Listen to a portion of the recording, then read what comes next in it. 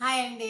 మరొకసారి మీ దగ్గరికి వచ్చాను. మిమ్మల్ని కలవాలని ఉంటుంది నాకు. ప్రతిరోజు కూడా మిమ్మల్ని కలిసే వరకు నాకు ఒక డ్యూటీకి పోయినట్టు అనమాట. అప్పుడు స్కూల్‌కి వెళ్ళేదాన్ని కదా! అట్లా మీతోని కూడా నేను మరి నా హావభావాలు, చదువుకు సంబంధించినయి, సమాజానికి సంబంధించినయి మీతో నేను చర్చించుకున్నట్టయితే నేను ఉద్యోగం ఇంకా చేస్తూ ఉన్నాన్న ఫీలింగ్‌తోని బ్రతుకుతున్నానండి. మరి ఇవాళ వినాయక చవితి యొక్క శుభాకాంక్షలు మీకు. మనకు తెలుగు వాళ్ళందరూ కూడా ఇప్పుడు ఎంతో భక్తి శ్రద్ధలతో జరుపుకుంటున్నారు. మరి ఈ యొక్క పండగలనేటివి మనకి ఐక్యతను మెయిన్ అన్నమాట. ఇప్పుడు నా యొక్క ప్రోగ్రామ్ ఏంటంటే సమాజము నాడు నేడు. ఆ రోజుల్లో ఎలా ఉండింది సమాజం, ఇప్పుడు ఎలా, ఆ ముచ్చట్లే మనం చెప్పుకుంటూ ఉంటాం కదండి డిస్కషను.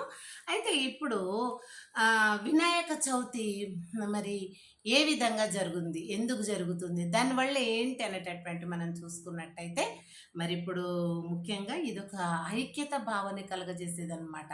ఐక్యత భావం అంటే ఏంటంటే మనకు స్వరాజ్యం రాకముందుకు లోకమాన్య బాల గంగాధర్ తిలక్ గారు ఏం చేశారైనా అప్పుడు బిఫోర్ ఫ్రీడము ఎక్కడ కూడా నలుగురు ఐదుగురు కూడి ఒక దగ్గర సమావేశం అయ్యేటటువంటిది కాదండి.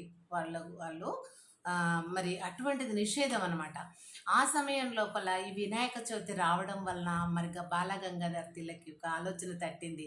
ఆహా, ఇప్పుడు ప్రతి ఇండ్లలో భక్తి శ్రద్ధలతో చేసుకుంటున్నటువంటి వినాయకుడిని ఇప్పుడు మనము బహిరంగంగా సభలు సమావేశం చేసుకోవాలంటే వినాయకుడిని మనము ఇక్కడ ప్రతిష్ఠింప చేసుకుందాము మండపాలలో, పందిట్లో అని చెప్పేసి బహిరంగంగా వీధుల్లో మరి పెద్ద పెద్ద బహిరంగ సభలకు అనుకూలంగా ఉండే విధంగా మరి వినాయకుడిని కూర్చోబెట్టడం అనేది, నిలబెట్టుకోవడం అనేది చేసిండ్రండి.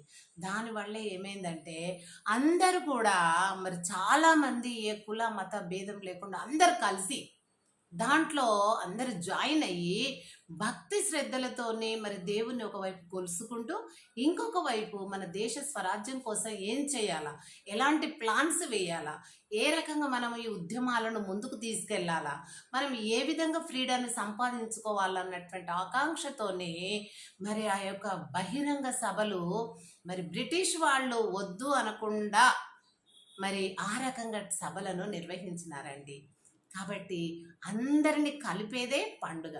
కులమత భేదాలు అనేది లేదండి. మనది మొదటి నుండి కూడా భిన్నత్వంలో ఏకత్వం కలిగిన దేశం కాబట్టి మనం అందరం కూడా ఏ భేదభావం లేకుండా అందరూ ఐక్యత కలిగి మరి ఈ యొక్క ఉత్సవం, ఈ యొక్క పండగలో మరి విఘ్నేశ్వరుణ్ణి భక్తి శ్రద్ధలతోటి పూజించడంతో పాటు దేశాన్ని సంపాదించుకునేటటువంటి మీటింగ్స్ కూడా పెట్టుకునే అవకాశం జరిగిందండి.